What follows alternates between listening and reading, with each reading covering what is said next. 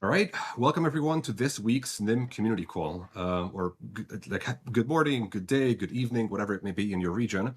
As you may know from our announcement, we're going to be talking about something very exciting, which was a big part of our roadmap for NymVPN for 2026, which is our transition to post-quantum cryptography.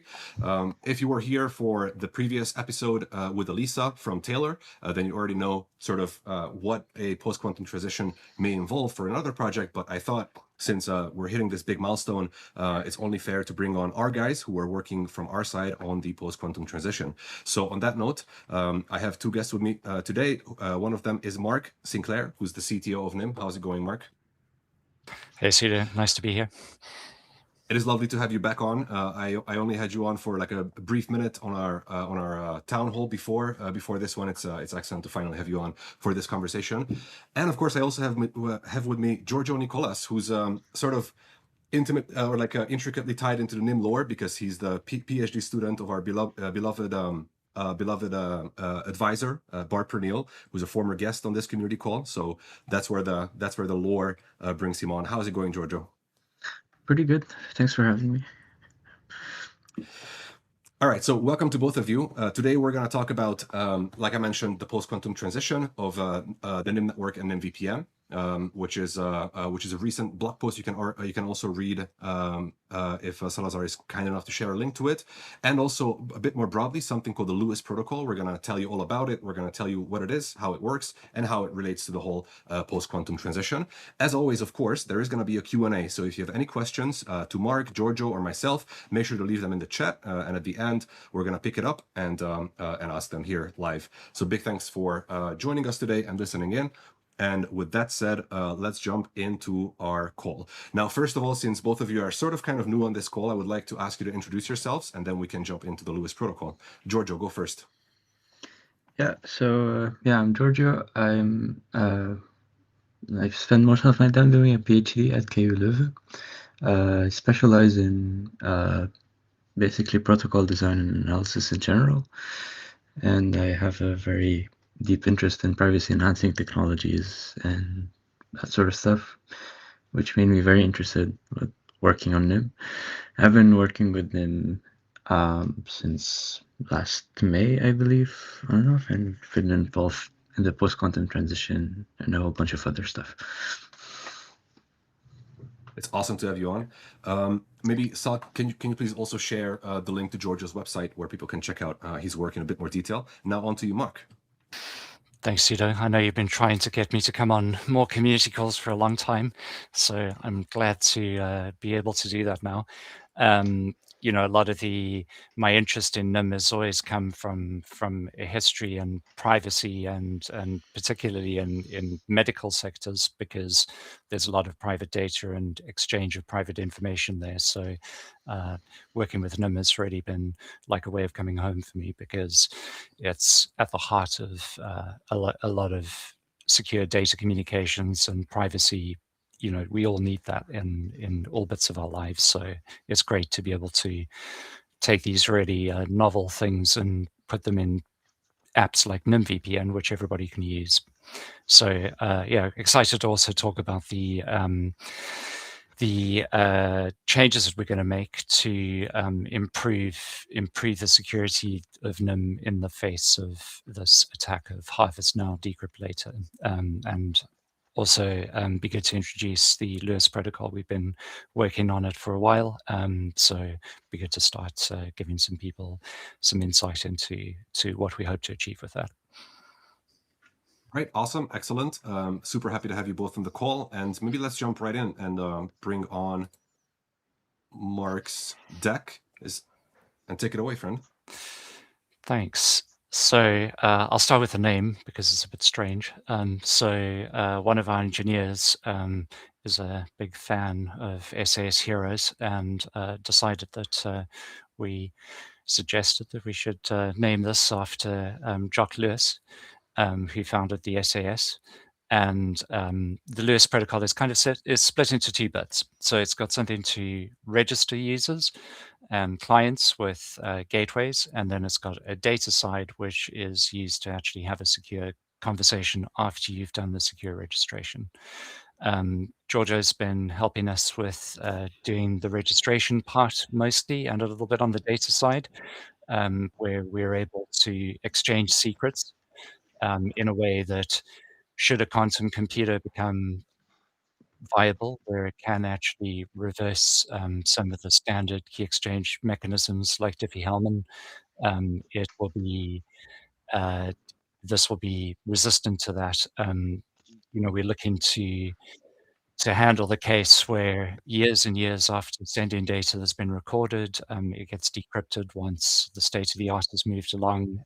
So by us having these features now, it means for what we know right now, it will be very difficult for anyone to use quantum computers to decrypt communications that use this post-quantum secure secret key. I'd also like to talk a little bit about the data channel, because for a long time, those of you who've been using the MixNet features of NIM, you've been using our WebSocket communication, and we're looking to switch this over to something that's UDP-based, kind of for a number of reasons. We want to improve the performance, the throughput, make it lighter weight. And one of the things that we've learned with NymVPN is most users have patchy connectivity, and WebSockets suffer a bit under those conditions. So we kind of want to bring the MixNet and the regular data channel into line with what we have for the WiGARD channel. So it's stateless. You don't have to reconnect, and it gives us an opportunity to improve the throughput. It's also worth saying that Georgio has come up with some really good anti-censorship features that will be on the headers of both of these parts of the protocol. And what that will mean is, to somebody who's trying to censor them, both of these data streams just look like random data. So unlike WireGuard, which has got fixed markers, it's easy to remove with standard deep, just simple packet inspection looking for marker bytes. This will just appear like a random stream. So we hope that that will improve things for users. It is worth saying as well that it does mean by having random data, we do stand out for that. So it's not totally foolproof, but it will go a long way. So it's also worth saying up front, I am not a cryptographer, so that's why Georgio is here. So any questions that you have about the cryptography, Georgio is best to explain that. I'm in the same category as all of you with being a user and a consumer of cryptography. We need experts like Georgio to do the detailed design for us. So maybe just to go over some of the basics. A lot of protocols rely on key exchange, and most things use Diffie-Hellman for this. And this is where quantum computers are a threat, because in the middle of this diagram, there's a point at which Alice and Bob exchange pieces of key material that they can use to generate a shared secret between them. And because of the nature of this encryption and the way that quantum computers work, it's possible for them to brute force this so that they can establish what the secret key is. So anything that has a Diffie-Hellman in it is open to attack by quantum computers.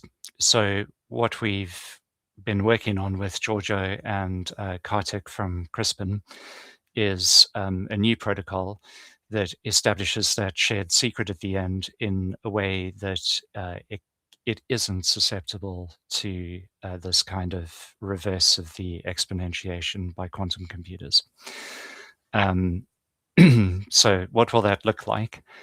We will still do this exchange in the clear, or not in the clear, on public services. So it will be a bit like here with Diffie-Hellman, where you have public keys and you exchange pieces of information. It will just use chems that Georgio can explain what some of those are in a bit, that cannot be attacked with quantum computers. And we'll establish this main shared secret between a client and a gateway. And from this, we're able to derive a pre-shared key for WireGuard.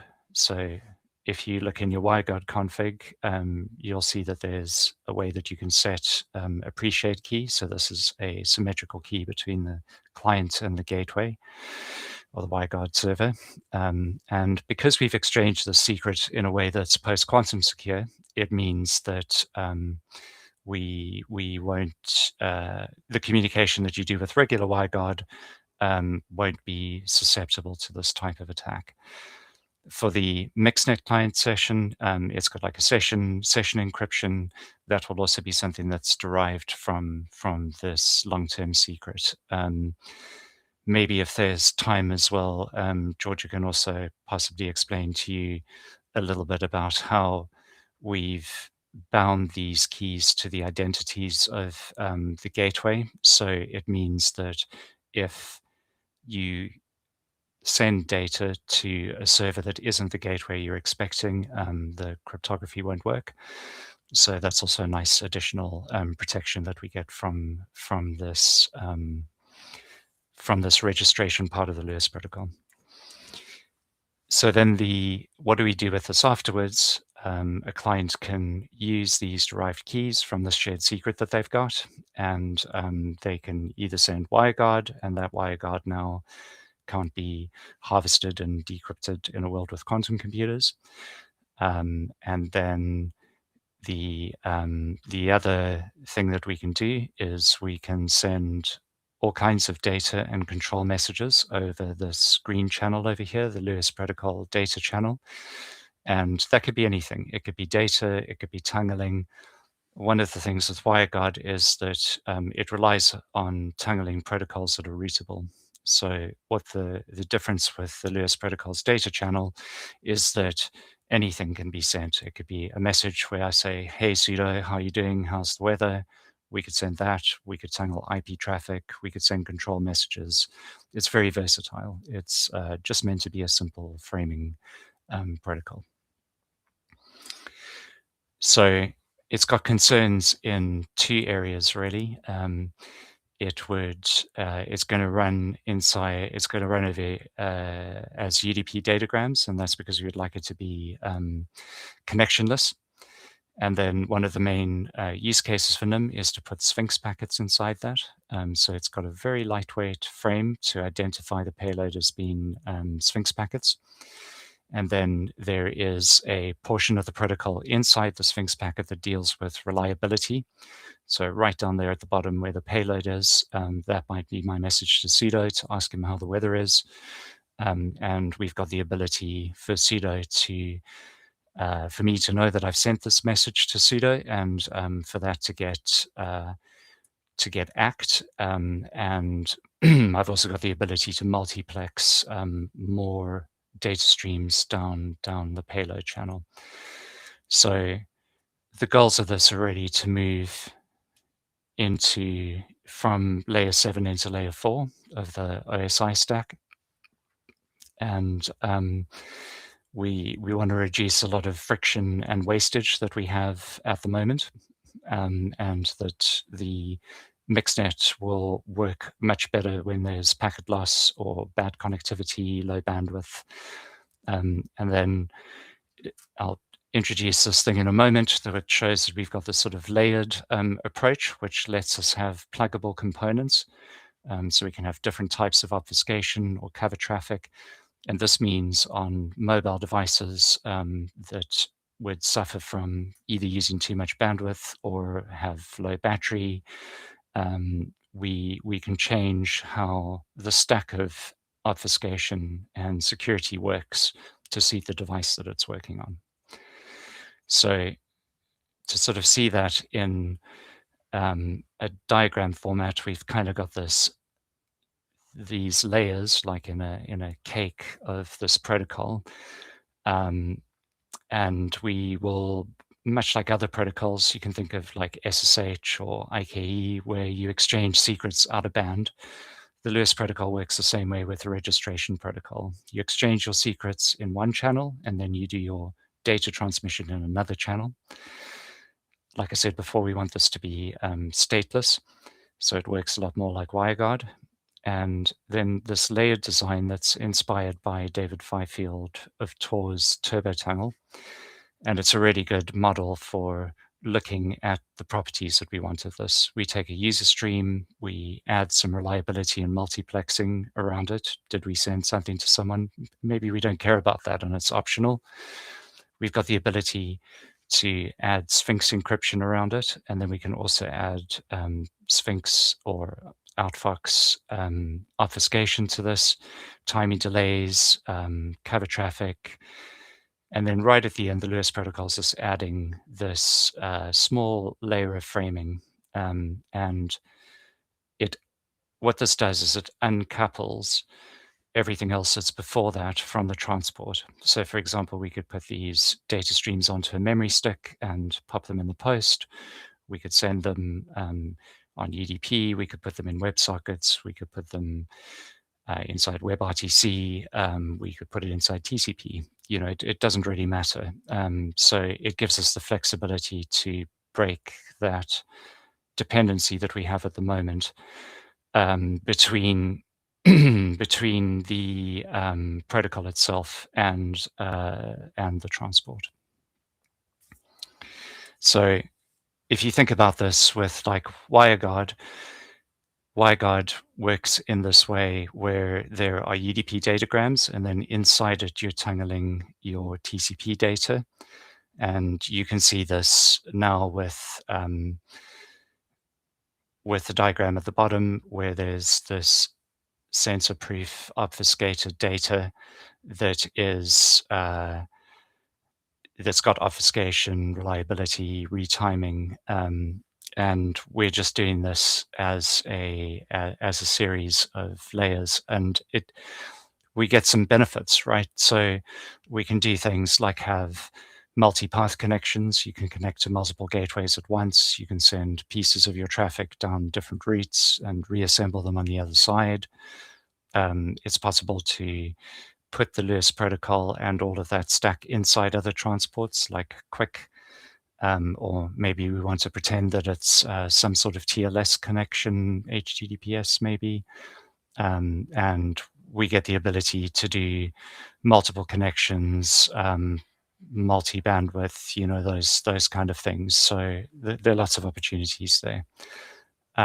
So yeah, I might just stop there and say that that's sort of the data channel that we're looking to bring in with the Lewes protocol. And just as a reminder that you know, it's got this other part here where we're able to exchange these secrets between the client and the gateway, and all communications after that can be done using derived keys that are post-quantum secure.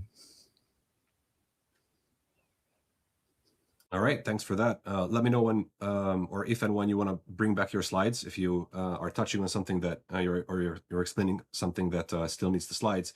My first question is, before we jump into anything else, you used a very tangible analogy of Amazon boxes in our prep call for this one. Can you also share that with the community? Yeah, so some of the simplicity of the Lewes protocol comes from just adding this really simple framing. So as I was saying to Sudo, it's a bit like in an Amazon warehouse when packages get sent out. They've only got like 3 types of boxes: a paper envelope for sheets of paper or sticker packs. They've got a small box and they've got a big box. And one of the properties of Sphinx packets is that they have fixed size. So if you've got a Sphinx packet that doesn't quite fit in a box, you've got to put extra padding around it. So sometimes from Amazon, you get that ridiculous thing of where it's not quite a small package and you get a slightly bigger one and then tons of wrapped up paper or cardboard beads. And that's kind of the simplicity that the Lewes protocol brings to the way that this framing works. You know, we don't add things that are special. We try and keep everything regular. We've got regular ways of doing encryption and obfuscation. and it's a regular stack that fits together as a pipeline. And if you don't like having bits of it because it's processor intensive or not the type of security properties you want, they're optional and you can take them out. Excellent. Another question from users, and I believe that we got this in chat in the chat as well. So right now it's a toggle in NymVPN. You can turn on Lewes Protocol and test it out basically. And please, if you have any feedback, if anything breaks or anything like that, please let us know, whether in a support ticket or maybe on one of our community channels, such as our Telegram or Discord. What should people notice? Are there any performance penalties expected, or yeah? Yeah, we're hoping that it will be a little bit quicker, and the main benefit we see is just from reliability. So, we're hoping that the first connection time for a new gateway will be much better. I'd be really interested in the feedback from everyone, the experience that you have. We can only look at some of the metrics from the gateways that Nym has as canaries in the network. It would be really good to know what people experience. There might be a case of where it gets censored. It's possible because it's on a slightly unique port. So that would be good to know. I do also see questions there. Would there be a fallback? And for gateways that, interestingly, our community has been absolutely brilliant in upgrading gateways. I think there are only 20 or 30 gateways that don't have the latest version. So they're all enabled for the Lewes protocol. If it doesn't succeed currently, it falls back to using the current registration that we have over the mixnet. So there is a fallback. I'm not entirely sure how long we'll keep this. We'll just have to see what the experience is and how well this goes before we deprecate that. For the moment, it's going to be around for a while. Definitely till the end of the year, I reckon. Just to give our beloved node operator community a big shout out. So our node operator community makes this network that makes NymVPN possible. And what Mark mentioned is that 20-30 nodes that currently don't have the latest firmware, that's out of I think 700 and something. I haven't checked in a while, so that's a really good, really great number. So thanks for keeping your nodes upgraded. All right, so my last question to you, Mark, before we jump into the conversation about the cryptographic side with Georgio, and maybe he gets to correct you on some points that you may have messed up because you're not a cryptographer, as you said, is that obviously it's a toggle for now, partly because of this beta nature of this feature for the time being. Do you have any expectations on when it will become enabled by default, maybe with a fallback to with a fallback enabled in case it's not working? Yeah. So I think maybe 2 or 3 releases time. So what are we now? April. So maybe by June we might make it the default. Ideally, if we see that it's working well and then there are no widespread problems, we'd like to make it the default because everybody will benefit from having the post-quantum secure PSK for WireGuard mode. And, that being on by default is something I'd really like to see everyone have. So yeah, maybe June-ish, 2-ish releases or so. That would be my aim. Actually, sorry, Georgio. One more question to Mark before we jump into our segment. What about censorship resistance? So does Lewes Protocol affect censorship resistance in any way? Does it make it better or worse? Yes. So, Georgio can explain a bit more about this. So in the registration part, and I've seen in some of the questions, deep packet inspection has often got like 2 aspects. One is looking for fixed markers and the other's fingerprinting things for expected sizes. So let's say we had a registration message of 503 bytes. You would just look for that and know that it's Nym. You wouldn't bother to look at anything else. So Georgio has come up with a nice way for us to do something similar to what we have for amnesia, where we can add random padding to this and it just appears like random data and none of the headers give away this information. So, I guess the important feedback that we can, that we're looking for is anybody that is experiencing really bad censorship. We'd like, if you're up for it, we'd like to understand why. And maybe it's DPI, maybe it's really just something as stupid as port filtering. So those are things that we're really interested in. What really happens on the ground when everybody tries to use this. All right, big thanks for that, Mark. It's a very exciting overview of the Lewes Protocol. And now moving on to Georgio. First of all, anything shamelessly incorrect about the previously said things? Nothing? Wait, let me unmute you. Sorry. Go ahead. Yeah, there's no comments at all. It was a great presentation, and it showed everything correctly. But yeah, we've been working very closely on this, and yeah, Mark has done a great job with the presentation. That's a pat on the shoulder, Mark. Congratulations. All right, so first, since this was mentioned, and I feel like it's a pretty crucial part or like piece of the puzzle to understand, a lot of the things that we rely on from the cryptographic perspective today on the internet are Diffie-Hellman based, right? Mm-hmm. So can you please, in the simplest possible terms you can, try to explain what Diffie-Hellman key exchange is? If you want, I can bring on Mark's slide about this, if that would help, or you can just yeah, sure. Put on. That would help, probably. Yes. So Diffie-Hellman key exchange is like a core primitive that we use in cryptography these days. It has the core idea behind it is that it allows two users to agree on a secret value, but over a public channel. So if you see here, Alice and Bob, they all send public messages that can be read by the attacker.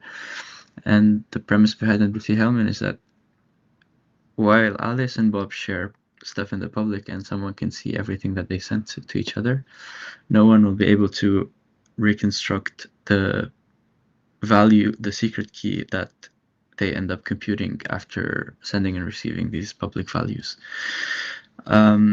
Of course, the protocols we deploy in practice are a bit more complicated than the one in the picture, but the premise remains the same. Alice would have some secret value, like in this case it's A and it's equal to 4. Bob would have a secret value B equal to 3, and then they would both kind of lift this value up by exponentiation, let's say, with a public parameter. And then once they do this, they send this exponentiated value. And the idea here is that once you exponentiate a secret value, it's impossible or very, very difficult to do the reverse operation. So from the public value that's sent, it should be really hard to go back to the secret value. And this is kind of the hardness of this problem is what the security of everything that uses Diffie-Hellman relies on. And like jumping to the next thing that we're going to discuss, quantum computers are better at reversing this relation. So trying to figure out the secret value from the publicly sent value. So if this is possible, then the security of the Diffie-Hellman and everything that is built on it will kind of collapse. And this is the thing that we're trying to protect against, like we're hedging our bets against. Okay, let's say a quantum computer comes one day. We want to be sure that our communications will be safe in the future from today. Excellent. Now, since you mentioned that one day, I wanted to also ask you to look into your crystal ball, because there's a big debate ongoing about this. And I don't know which side I should stay on in that debate. Some people say that it's massively overhyped where quantum computers are supposed to be today. And it's like 30 more years until we get a properly functioning one with an appropriate number of qubits. Other people say that they are just around the corner. Where do you stand on this? When is that one day coming? I'm honestly, I have no idea. I keep following the news as well, and I'm like, it can come any day. It could already be there. It could, we might just never know when it's out, because like whenever someone has a quantum computer, they just never want to tell you that they have it. But going like to what companies have been claiming realistically, IBM say that next year we're gonna have a quantum computer that has some logical, like some performance advantage over classical computers in practice.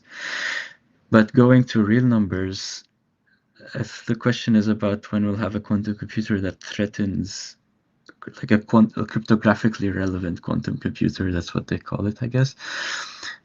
We need something called so quantum computers have something called a qubit, and it's different from a standard bit on a computer.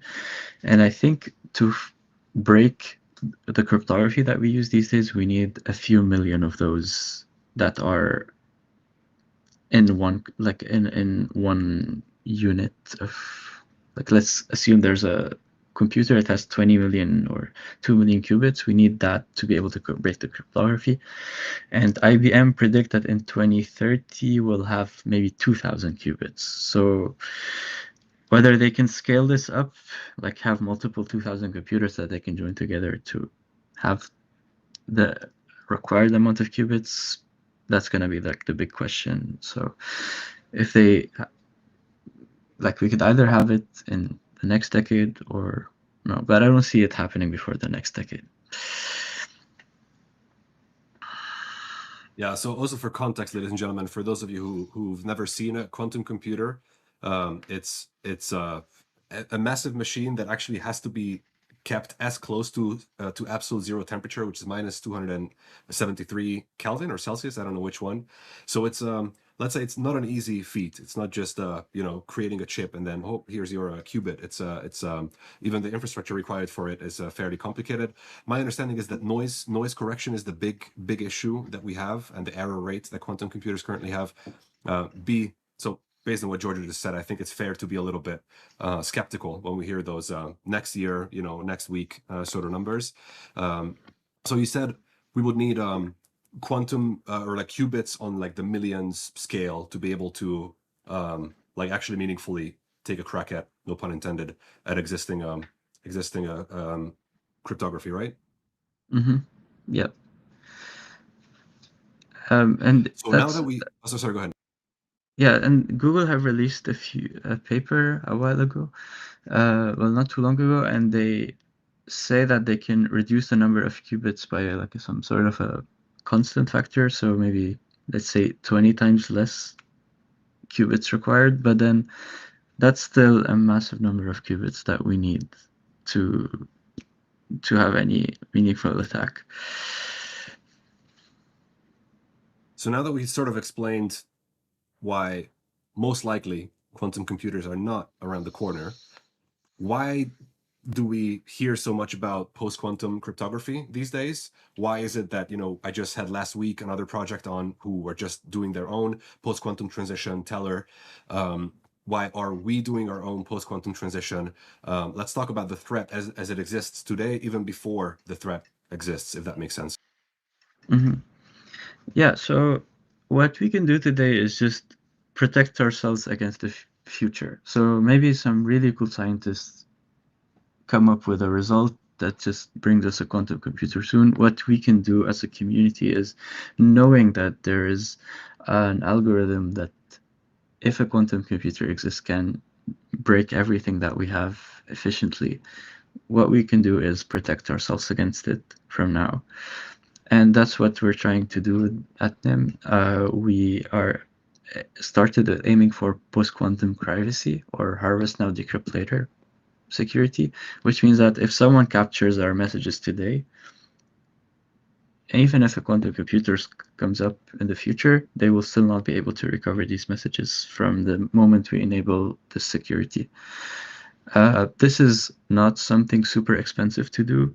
It's a relatively good hedge against this bet. So this is why everyone is pushing towards this transition. Also, because we have privacy as a core value in this project, this is the natural reaction to do when you hear, oh, there's a actual threat that might happen in the future. Right, thank you for that answer. Now, next question. We're using an algorithm, I believe, called, within the Lewes Protocol, as far as post-quantum cryptography is concerned, called MLCAM, is that how I pronounce it? Mhm. MLCAM, Yeah, which that's is a correct. lattice-based algorithm or lattice-based cryptography. Now, I Mhm. already asked Elisa, our previous guest, to explain this concept in as simple terms as possible, but I feel like it's complex enough that I'll ask you to give it another crack. What is lattice-based cryptography? So lattices are a different kind of mathematical construction. So I will compare it with elliptic curves. So right now, if you use the Diffie-Hellman, we can implement it in different sort of mathematical constructions.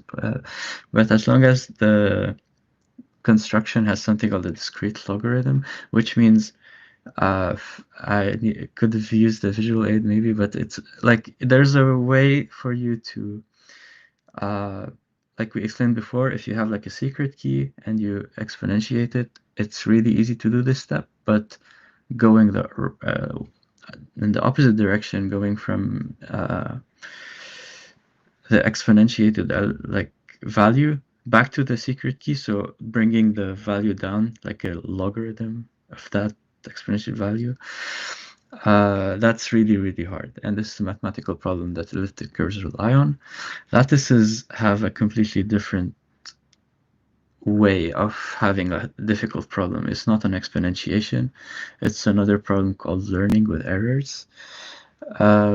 It's a bit more complicated to explain. I don't think we can have a crack at it now. Like it's gonna be a while, but just to maybe say why this is useful. There is no current quantum algorithm that has been found that's efficient to break the learning with errors problem compared to the discrete logarithm problem. So the discrete logarithm problem is, let's say, difficult now, but if you have a quantum computer, it can be factored in polynomial time. So that's very efficient. And Shor's algorithm, I think, is n cubed over a security parameter. And with lattices, it's still exponential and with a quantum computer. So it has the same kind of difficulty, even if we still have a quantum computer, unless someone finds an algorithm to break it. Now, cryptographic community has been looking at lattices for quite some time, and no one has proposed an attack yet, or there has been some reductions, but nothing major. So it kind of makes us confident that lattices are secure. Thanks for that. Maybe we'll take another crack at this, every community call we get, and then by the end we're going to understand it. I don't know about you guys, our dear audience, but this is way above my head, so thanks for trying to make it easy for us to understand. My next question is about X-Wing, which I heard that you are kind of against. So my understanding is that we chose MLChem, and there were maybe multiple other options, but X-Wing was definitely one of them. Can you explain the difference between these two and why you don't like X-Wing so much? Yeah, so actually, I'm not against X-Wing. I really like X-Wing if it's a standalone option and you're using it on a protocol somewhere else. But with us at NIM here, so I will try to talk a bit about X-Wing actually, and then I'll say why I took this stance. So X-Wing kind of combines, like, it gives you a key that has a security that relies on both the Diffie-Hellman discrete log problem and any other like primitive that use that's for hybrid schemes in general. For X-Wing, it's both the Diffie-Hellman problem and MLChem. Why is this useful? It's because in case if you have a key that's based on the difficulty of X-Wing, if MLChem or lattices are broken, then you're still safe if we don't have a quantum computer yet. And if we have a quantum computer, and Diffie-Hellman is broke, you're still safe because your key also relies on the lattice, the problem of learning with errors. So it's kind of like, okay, we're still not 100% sure if lattices are safe. So maybe lattices are broken one day without a quantum computer. We can still have our things secure because we also rely on the Diffie-Hellman problem, which we're kind of confident about. So yeah, it's useful in this sort of sense, like in case lattices are broken. Now, why is X-Wing not so useful at NIM from my perspective? It's because we already use the assumption. So we kind of do combine both assumptions, but in a different kind of way. We use WireGuard to establish the sessions at the end, and that still uses Diffie-Hellman based key exchange. What we do is we mix in a post-quantum key that's kind of relies on the MLChem assumption. The post-quantum key that we mix in WireGuard allows us to have a security that's kind of similar to relying on both MLChem and the discrete log problem at the same time. So we do have something really similar to X-Wing. It's just that we're not using X-Wing keys all the time. All right. So in summary, no X-Wing haters here on this call. We also love X-Wing. Any post-quantum cryptographic standard. Is it algorithm or standard? Which one should I use here? You can say both. Protocol. Okay. Yeah, I'm not sure if it's a standard yet, but it's a draft and people are working on it. So it's gonna be a standard soon, if it's not already. Awesome. The more the merrier. Now, as a final question that I have prepared before we jump into the community questions, we see them, and thanks for asking so many great questions. We're going to get to them in just a second. I wanted to ask you, Mark, for a second about this phased approach that we're taking to releasing for this post-quantum transition, and also for implementing the Lewes Protocol, I guess I should say. We just completed phase 1. What are the remaining phases, and what's the timeline, if you can share at all? Yeah, sure, Sudo. So, the phases at the moment is we'd like people to try out the new registration part of the Lewes Protocol so that we can exchange this post-quantum shared secret. And that gets used first in DVPN mode, in the fast mode. So we'd like to understand like a couple of things there. How is it for people? Are there any problems? Is there any censorship? We're interested in those. And then the next part of this is that we're looking to do the same for mixednet mode. And one of the benefits of the Lewes Protocol's data channel is because of these layers that we can pack together optionally, it gives us a chance to change the cover traffic. So the first thing that we're going to look at changing there is make the cover traffic a bit lighter and a bit more adaptive, so that on mobile devices, it doesn't use so much battery or as much data as constant cover traffic. So what that should do, it will so if you're not on Wi-Fi and you're using mobile data, you shouldn't use as much, so you're not paying as much and your battery's not draining. We look to, maybe a date for that would be in the summer sometime. And we, at the same time, there would be the benefits of the session key being post-quantum secure, because the registration is already giving you this. So, that's something that would come out at the same time as that. After that, we would do a version in WASM so that people could build it into applications or web pages and get these benefits from there. And then we've got some possibilities. I don't have exact dates for these, but they would be things like we've thought of exploring some of the multipath pieces that I was talking about. So we could have, you connect to multiple gateways at once and you split your traffic between them. That would be a possibility. There would also be a way that with split tunneling, we could send a mix of Lewes Protocol data and WireGuard data, and they would have the same property. It would be stateless connections. So that would be really cool, because say like on Signal, you could send your text messages over the mixnet, and you could send your video calls or voice calls over WireGuard. That's a feature I've been looking forward to forever and a day. So that will be those would be the sort of things that we would want to look at next. yeah, so definitely this summer we'd be looking for people to, well, June, July time, we would look for people to test out the data channel, and hopefully we would get more throughput, better efficiency. Those are the things that we'd hope to get from this. Music to my ears. So actually this year is going to be the year of the post-quantum transition, the year of better performance, and of course, something that anybody who's been listening to these community calls has heard me repeat a million times, proper split tunneling among fast mode and anonymous mode in NymVPN. I can't wait for that to happen. It's going to be like Christmas for me personally. All right, big thanks for covering all of these topics in a very easy to understand way, gentlemen. Now let's jump into the community questions. Before that, I will mention real quick, ladies and gentlemen, that as you heard, we are very much in an experimental phase with this feature. So you can, if you're an NymVPN user, maybe you just became one because you just got a free pass, which we're sharing in chat with some random frequency during these calls.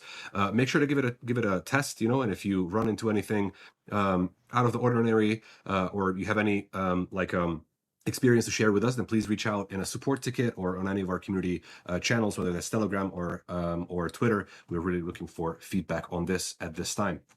All right, with all of that said, let's jump into the questions. First one is from Mr. Zero Day. Why is it said that the risk exists even before there are any functional quantum computers? I believe we covered this quite a bit, or a little bit, but let's spell it out here, Giorgio. Why is this? Yeah, so the risk exists mostly.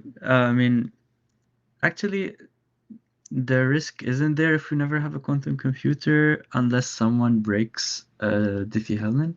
But the thing we try to hedge our bets against is if the quantum computer exists, we need to be prepared from today and have our messages safe in case it comes. Yeah, and maybe a practical example to extend on what Giorgio is saying there is, if you've done something where you expect the communications to be secure. So if I say to Sudo, on the 1st of June 2035, meet me at Nelson's Column in Trafalgar Square, and I send that with some encryption protocol that's used Diffie-Hellman to exchange secrets, and somebody can reverse that, then more than just Sudo is going to turn up at Nelson's Column on that day. And that's a really bad example. You can think of all sorts of things, things to do with banking, secure transfers, confidential information. All of those things can be undone later. And something that's really relevant to NIM, in particular, the MixNet technology is there to prevent fingerprinting and to obfuscate people's locations. Years in the future, people might be able to look back at communications that they've stored, go through them and see, aha, I see.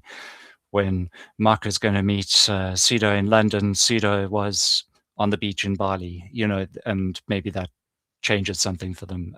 So that's really that's the biggest risk. And as Giorgio says, for the computational cost of exchanging keys in this way, it's totally worth doing, even if a quantum computer never really becomes a reality to break things like Diffie-Hellman. Since you mentioned, thanks for that answer. Since you mentioned the computational cost, the next question, I'm going to jump ahead of you because it's relevant here.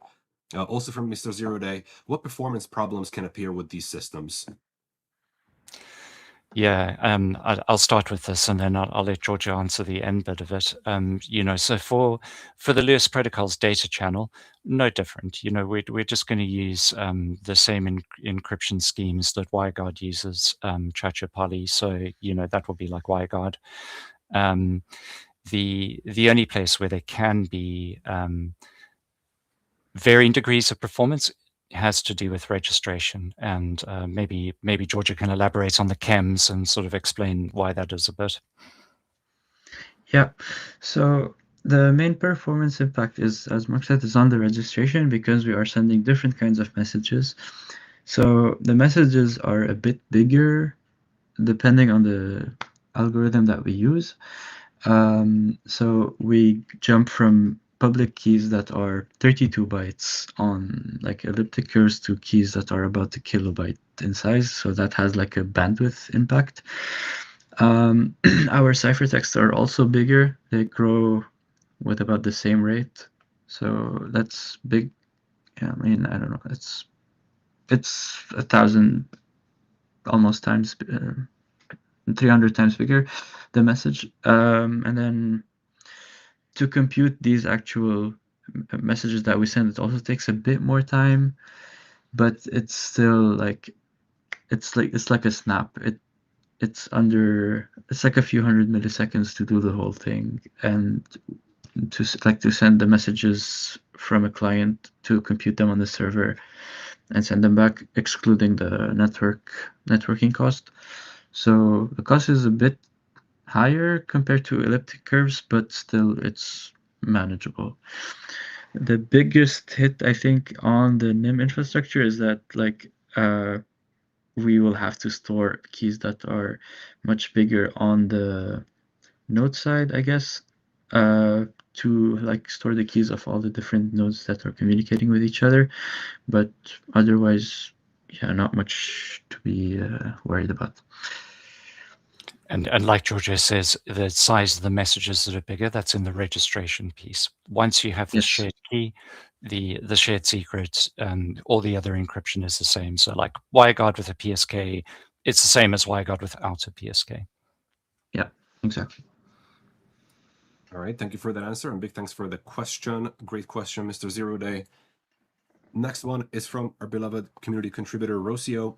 She's asking, does the Lewes Protocol's post-quantum handshake increase packet... Oh, actually, we just answered this. Increase packet size or entropy enough to make NIM traffic easily fingerprintable and blockable by state-level deep packet inspection? No, actually, this was not answered. It's a great question. It's a great question, and we've sort of talked about pieces of this. So yeah, we totally want this to be something that's not easily fingerprintable. We don't want to put these easy to find markers in them. With things like WireGuard, it's trivial. You really just look for some fixed bytes and it's there. So we're hoping that that's going to be better. Some places where I think we're doing as well as we can. Something else is you make things look too random and they stand out. So that's like another thing that is a trade-off that we've had to make. So we've really gone for something where the sizes of the packets vary, and maybe Georgia can elaborate on that a bit. And we're trying to make them look random and have this high level of entropy because the easiest way to defeat NIM is to prevent people from registering a client, and because you can't use it then. So maybe Georgia, explain a little bit about the obfuscation that you've done. Yeah, so usually when someone sends a message to register, there's like a bunch of headers that come in attached to the actual data that you need to plug into the cryptographic algorithms. So you have like header count, message counts, nonces, a timestamp, all sorts of stuff. And that's the stuff that's usually fingerprintable. Like you can say, okay, if the message contains like a nonce of 12 bytes and a header that has a timestamp in this format, and etc., etc. Like from this stuff, from that's not really relevant to the actual data that we're gonna run into the crypto algorithm. We can say, okay, this is a NIM packet, regardless of its content. We're gonna drop it. What we did in the Lewes protocol is we just took this header and we obfuscated it, so there's no discernible pattern when you look at these headers.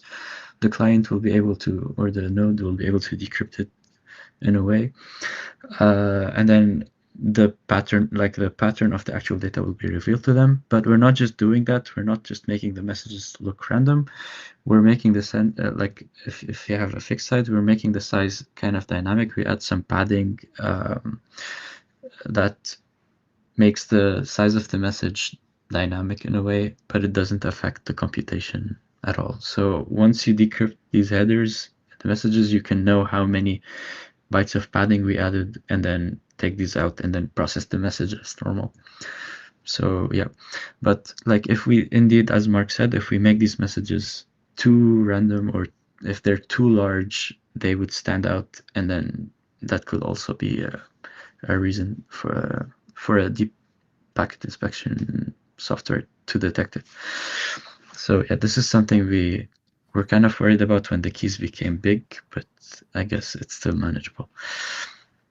And to add to what Georgio is saying there as well, one of the design goals of the Lewes Protocol as well is to allow us to put the Lewes Protocol inside other protocols. So we could pretend to do things like TLS reconnect, or we could maybe make it look like HTTP requests, and then those things would come via bridges. So for any of you that have used the quick feature, it would sort of work like that. It would put the traffic stream inside another protocol, which may or may not make fingerprinting better or worse. It just depends on how a user's been censored.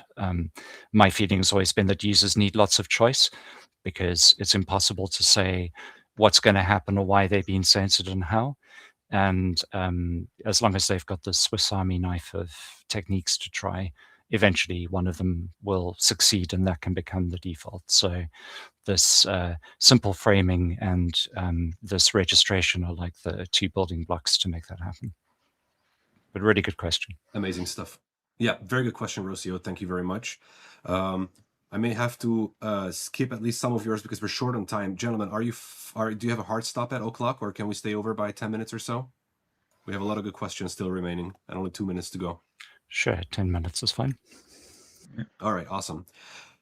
Then I get to ask this one also from Rocio, which I'm actually really curious about. So Rocio is asking another one: why create the Lewes Protocol instead of adopting emerging and open standards like PQ WireGuard? Yeah, good question. So it's because we need to do more than just tangle other protocols. So, WireGuard is very good at tangling routing protocols. So if the Linux kernel can route it, then you can put it into WireGuard. But if I want to send Sudo my message asking him about the weather, Linux doesn't understand that. It is unable to read that. So we need something that's a bit more versatile, and that's because the NIM network has to do a number of things. It needs to tangle data, it has to send control messages, and control messages are things like top up your bandwidth, you've got 3 bytes remaining, or 100 bytes, or 10 gigabytes, and maybe it's things about quality of service. So we need to make provision for those type of data primitives to come alongside tangled data. And it's really, really simple, just this framing mechanism. You can just think of these Amazon boxes. We're just trying to package data as efficiently as we can and ship it across the internet in bad conditions, and do that.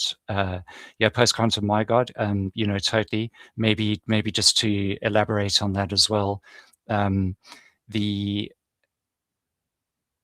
one thing that WireGuard doesn't have is it doesn't have a mechanism like IKE to exchange secrets out of band. So, what we've been working with Georgio and Crispin on is this protocol that is called PSQ, and this is a way that we can exchange these secrets in a post-quantum secure way.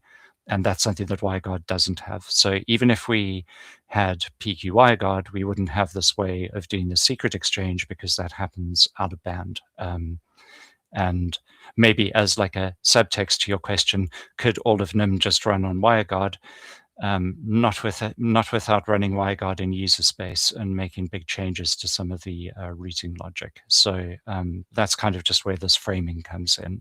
It's this way of taking all of the Amazon boxes, putting them in shipping crates, and sending them across the internet. So, hope that answers your question. Excellent. Yes, I believe so. And thanks for the answer, and thanks for another great question, Rocio. Next one is from Visible Dust. I believe we sort of answered this already, so I'm going to expand this question a little bit. Will we get fast speeds on Lewes Protocol 2? So as explained, it only affects for the time being the handshake, which makes it the performance penalty very limited. So let me ask, with those future phases that you outlined, will this remain the same, or can people expect some kind of performance penalty once we implement the upcoming phases? Yeah, it's a good question. So the speed is going to improve for things that go inside the Lewes protocol, because at the moment, something that happens in mixnet mode is like the negative case that I described, where Amazon sends you a big box with a tiny thing in it and all the padding around it, and that's because more often than not, there's a lot of fragmentation and not efficient packing of the data that's being tunneled. So one of the things that the Lewes Protocol is pretty hyper focused on is trying to get the most out of the bandwidth that we have. And actually, maybe Sudo, if you bring up the slides, I can show you why this happens. So if you look inside here, in the third row down, you'll see there's the 1106 bytes that come after the Sphinx header. So, in an MTU of 1500 bytes, we're using like 400 of them to send all the good stuff for Sphinx routing and all those kind of things. So we've got very little to send data, and being conscious of that, what we are going to change is that the size of the Lewes protocol frame needs to align well with the MTU of a device, because the moment that you don't do that, you get one of two things happening: packet loss. If you try and send something bigger than the UDP frame that can be routed, the internet will just throw it on the floor. If we send something that is not using the frame properly, we're wasting the amount of available bandwidth that we have. So the speed up is going to come from two things. The Sphinx packet is probably going to span more datagrams, but better. So at the moment, a Sphinx packet is 2000 bytes. So you can see there that there's like 1500 bytes of Sphinx packet. What's going to happen is that if we were to put this into UDP, we would be using a tiny portion of the next datagram. So the one thing that the Lewes protocol will change is that the Sphinx packet size will be better aligned to the available MTU of the tunnel, and that's something that we'll have to determine at runtime. Most of the internet is the internet proper is 1500, but if you're on mobile phones, it can even be as low as 1260. So, that piece will be dynamic. So the speed up is going to come from putting more data into the space that's available and not wasting that data that's there. The reliability layer will also be more efficient. Currently, we have a system of mix ACKs, and we're going to be switching to putting the reliability channel inside the payload of Sphinx and pipelining all of those ACKs together. So rather than wasting 56 bytes in a datagram, we're going to be taking all of the ACKs that need to happen and queuing them up and sending them inside the data payload to get the best throughput that we can. You can think of it as it's a classic thing in networking, right? If you've got a networking channel and you double the bandwidth, you don't get double the throughput. So it doesn't help if we change other parameters here. We're just going to have to better use the space that we have. And that's by optimizing the way that we pack these tangled protocols like Sphinx or IP into the available payload that we have. All right. Thank you for that explanation. Thanks for another great question. Now, I think we only have time with the wrap up and everything for one last question. So apologies for those whose questions were not addressed, but this is the one that I wanted to keep for last. So this one is for you, Georgio. When Bart plus Georgio cryptography masterclass? I'm down for him. I'm down to do it anytime. I guess that we need to ask Bart, because he's someone with a very, very busy schedule. But yeah, if there's a need, I'm always ready to talk about cryptography. Maybe I'll hold you to that. Maybe we'll do like a cryptography special. There's an encryption, like a global day of encryption, I believe. And is it in May? Do I remember correctly? Maybe we could do an encryption day special with you guys and talk about. Sounds amazing. Let's do it. Yeah. We already have at least one member of the audience who's going to be Mark, from what it sounds like. All right, and that brings us to the end of this conversation. Huge thanks to both of you gentlemen for joining us. Obviously, I already know you, Mark, but Giorgio, we've never met before. This was the first time I saw you, so big thanks for coming on, and it was absolutely illuminating. Very exciting times for NIM and NymVPN. As discussed during this call, it's mostly hypothetical. The thread that we're like halfway hypothetical, the thread that we're preparing for, but the store now and the creep later attacks are very real. So it's very nice to hear that, you know, in this critical aspect, NymVPN and the NIM network will be ready when the time comes. So excellent stuff. Any closing remarks you guys wanted to share before we wrap up here? Really, just for those of you that would like to try this out, please do and give us your feedback. Good, bad, indifferent. You know, anything that we can know would be fantastic. Especially if you find that you've been censored, we'd really like to dig into that a bit more. We're looking forward to switching this over to be the default, because we'd really like everyone to be using these post-quantum secure shared secrets. Giorgio, any closing remarks? Yeah, it was a great conversation. Thanks for having me. And yeah, going back to now, I thought of something from a question before about the risk that exists even before a quantum computer exists. The risk of someone finding a way to break Diffie-Hellman is always there. Someone might be able to find it. So by also doing the transition that we're doing, we're hedging our bets against that, even if a quantum computer does not come in. So yeah, this is something I just thought of that I could add. Yeah, but yeah, it's very exciting times at NIM, and I'm very happy that we're doing this transition. And yeah, I hope it's gonna go smoothly too with everyone. Yes, fingers crossed on that one. The last thing I will add to these closing remarks is that we have a diagnostic tool built into NymVPN, maybe we can find and share a link on how to use it in the chat or maybe in a pinned comment. That diagnostic tool basically checks your network environment and tries various different things, tries to connect to different things, and it helps us identify, especially in a censored environment, what the exact issue is. So if you are in a censored region or you suspect that your connection in one way or another is getting censored, then please run that diagnostic tool and share the results with us in private. That would help us greatly in investigating censorship and coming up with countermeasures against it. Now, but that is really the last thought. And now we only the only thing that we have to do is, of course, this little tradition that we have at NIM. Anybody who's listening to us, and even the guests, if you guys are so inclined, get a little NFT, a POAP, to commemorate us hanging out together. So there is a secret phrase to unlock your POAP for today, which today is, drumroll, phase 1 complete, which it is, as explained in this call. Very exciting time. So you need to go to the usual place, which is nym.com/go/POAP, link in the chat.